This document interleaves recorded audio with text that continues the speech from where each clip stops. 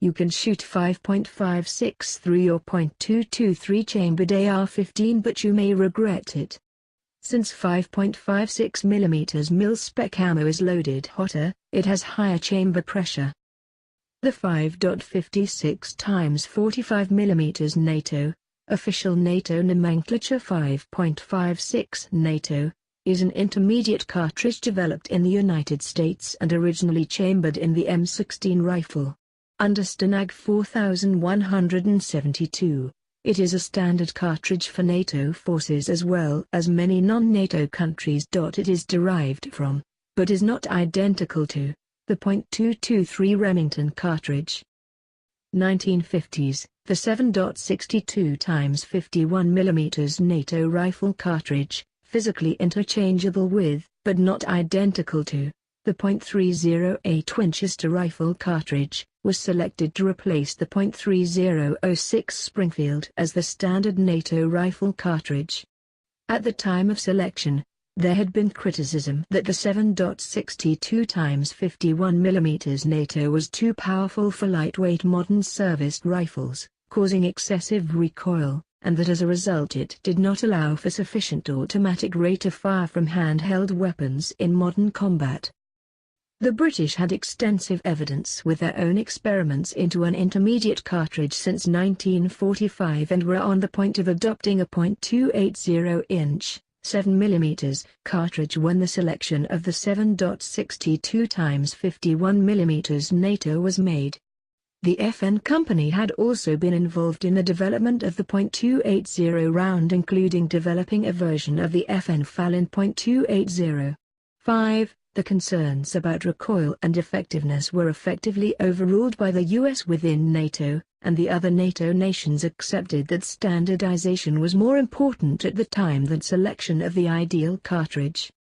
However, while the 7.62 x 51mm NATO round became NATO standard, the US was already engaged in research of their own, which ultimately led to the 5.56 x 45mm NATO cartridge.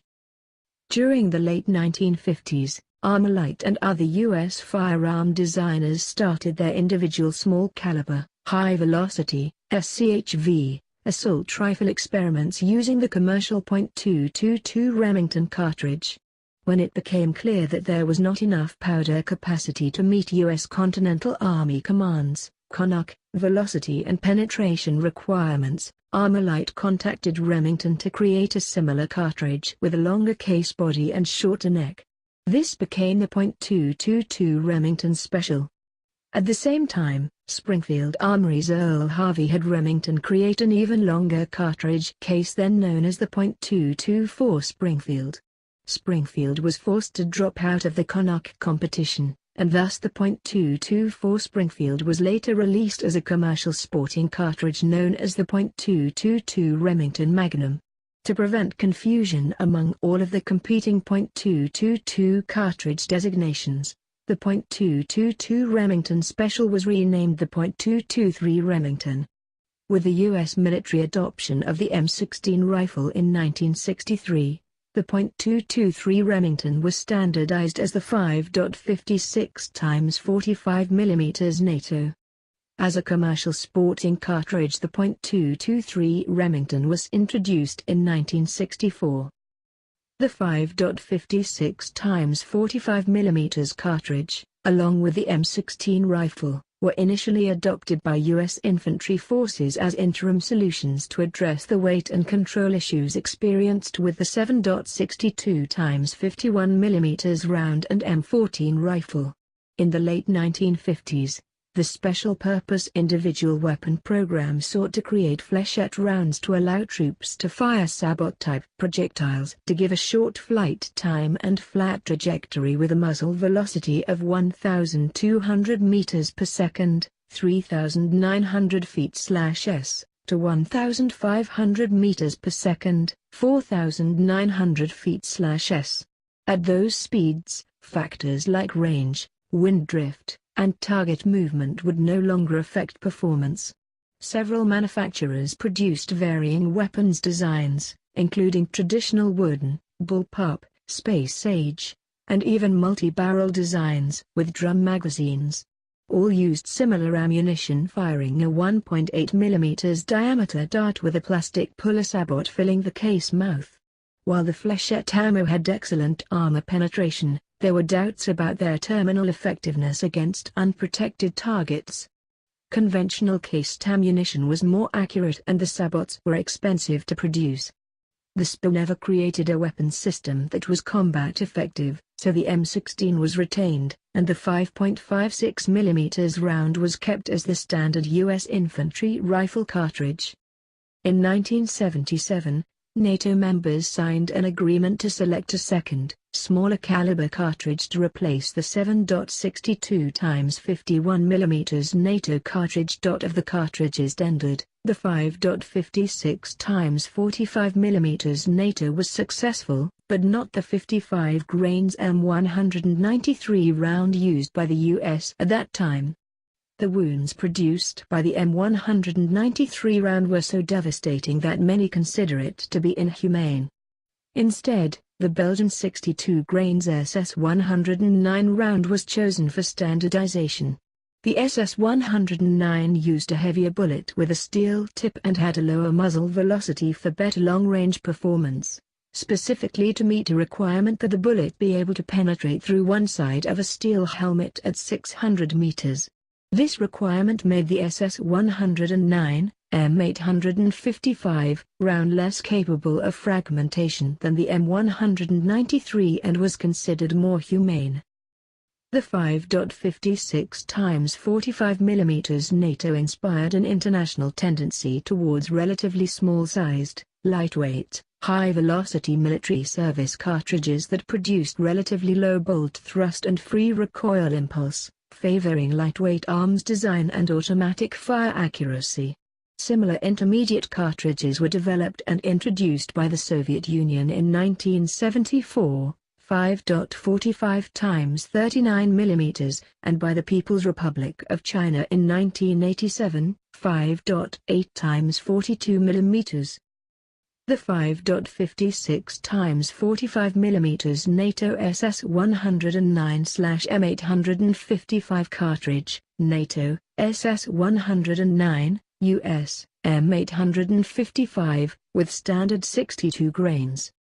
Lead core bullets with steel penetrator will penetrate approximately 38 to 51 centimeters, 15 to 20 into soft tissue in ideal circumstances. As with all Spitzer-shaped projectiles, it is prone to yaw in soft tissue. However, at impact velocities above roughly 762 meters per second, 2,500 feet/s, it may yaw and then fragment at the cannula, the crimping groove around the cylinder of the bullet. These fragments can disperse through flesh and bone, inflicting additional internal injuries. Fragmentation, if and when it occurs, imparts much greater damage to human tissue than bullet dimensions and velocities would suggest. This fragmentation effect is highly dependent on velocity, and therefore barrel length. Short-barreled carbines generate less muzzle velocity and therefore lose wounding effectiveness at much shorter ranges than longer-barreled rifles. Proponents of the hydrostatic shock theory contend that the rapid transfer of energy also results in wounding effects beyond the tissue directly crushed and torn by the bullet and fragments. These remote wounding effects are known as hydrostatic shock. SS-109/M855 NATO ball can penetrate up to 3 mm, 0.12 of steel at 600 meters.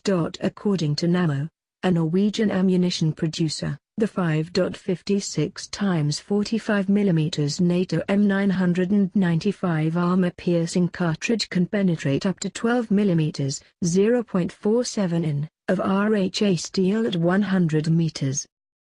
There has been much debate of the allegedly poor performance of the bullet on target, especially the first shot kill rate when the muzzle velocity of the firearms used and the downrange bullet deceleration do not achieve the minimally required terminal velocity of over 750 meters per second, 2,500 feet/s, at the target to cause fragmentation.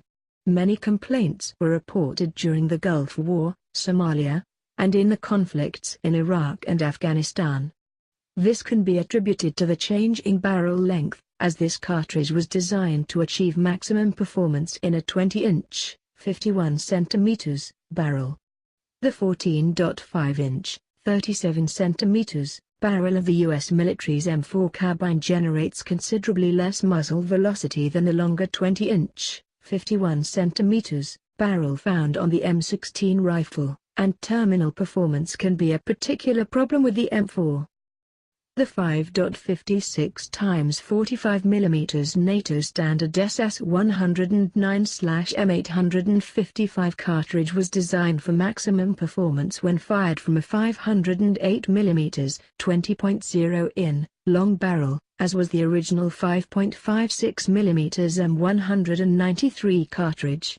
Experiments with longer length barrels up to 610mm 24.0 in resulted in no improvement or a decrease in muzzle velocities for the SS109/M855 cartridge.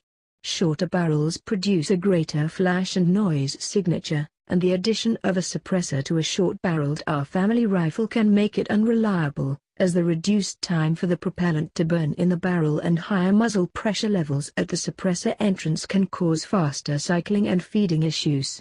Unless the gas port can be regulated or adjusted for higher pressures, suppressors for short-barreled 5.56 x 45mm NATO firearms must be larger and heavier than models for standard-length rifles to function reliably.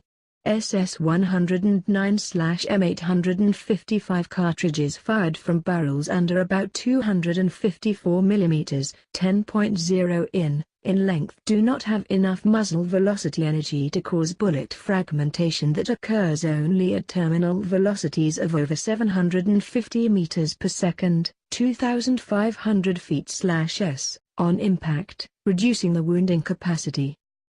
Despite complaints that the 5.56 x 45mm NATO round lacks stopping power, others contend that animal studies of the wounding effects of the 5.56 x 45mm NATO round versus the 7.62 x 39mm have found that the 5.56 x 45mm NATO round is more damaging, due to the post-impact behavior of the 5.56mm projectile resulting in greater cavitation of soft tissues. The U.S. Army contended in 2003 that the lack of close-range lethality of the 5.56 x 45mm NATO was more a matter of perception than fact. With controlled pairs and good shot placement to the head and chest, the target was usually defeated without issue. The majority of failures were the result of hitting the target in non-vital areas such as extremities.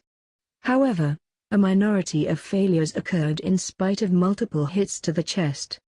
Some have contended that shot placement is the most important parameter in determining the lethality of a bullet. Difficulty with the 5.56 x 45mm NATO at range has been attributed to training, as few nations other than the US not in citation given, teach shooting beyond 200-300 meters to regular soldiers. Swedish ISAF units relied on .50 BMG heavy machine guns for long-range shooting due to resilience to factors such as range and wind drift. Underperformance is thus attributed to errors in range and wind estimation, target lead, firing position, and stress under fire, factors that can be resolved through training. If the 5.56mm bullet is moving too slowly to reliably fragment on impact, the wound size and potential to incapacitate a person is greatly reduced. There have been numerous attempts to create an intermediate cartridge that addresses the complaints of 5.56 NATO's lack of stopping power along with lack of controllability seen in rifles firing 7.62 NATO in full auto. Some alternative cartridges like the .270 caliber 6.8mm Remington SPC, 6.8 x 43mm, focused on superior short-range performance by sacrificing long-distance performance due to the relatively short engagement distances typically observed in urban warfare. Others, like the 6.5mm Grendel, 6.5 times 39mm are attempts at engineering an all-purpose cartridge that could replace both the 5.56 and 7.62 NATO rounds. The 300 AAC Blackout 7.62 times 35mm round was designed to have the power of the 7.62 times 39mm for use in an M4 platform using standard M4 magazines, and to easily interchange between subsonic ammunition for suppressed firing and supersonic rounds. All these cartridges have certain advantages over the 5.56 times 45mm NATO, but they have their own individual trade-offs to include lower muzzle velocity and less range. Additionally, when using a round not based on the case of the 5.56, there can be decreased magazine capacity, and different internal parts. None of these cartridges have gained any significant traction beyond sports shooting community. Benefits of the 5.56 NATO claimed over the 7.62 NATO include equal lethality, half the mass and volume, reduced trick oil and signature, better penetration of metal plates, flatter trajectory, and shorter time of flight out to 700 meters, weapons chambered for it are lighter, and better hit probability. Hit probability refers to the ability of a soldier to concentrate on firing in spite of their weapon's recoil and noise, which is noticeably different between the two cartridges. The 7.62 NATO has twice the impact energy of the 5.56 NATO, which is needed if a target is protected by armor, but if not, both rounds normally penetrate through enemies past 600 meters. A 5.56 NATO round fired from a 20 510mm barrel has a flatter trajectory than a 7.62 NATO round fired from a barrel of equal length, while the 5.56 NATO fired from a 14.5 370mm barrel has the same trajectory as the 7.62 NATO from a 20 barrel, as well as the same time of flight. A 7.62 NATO round reaches 50% of its velocity within 80mm, 3.1 of the barrel when fired, so decreasing the barrel length for close-quarters combat results in increased muzzle pressure and greater noise and muzzle flash.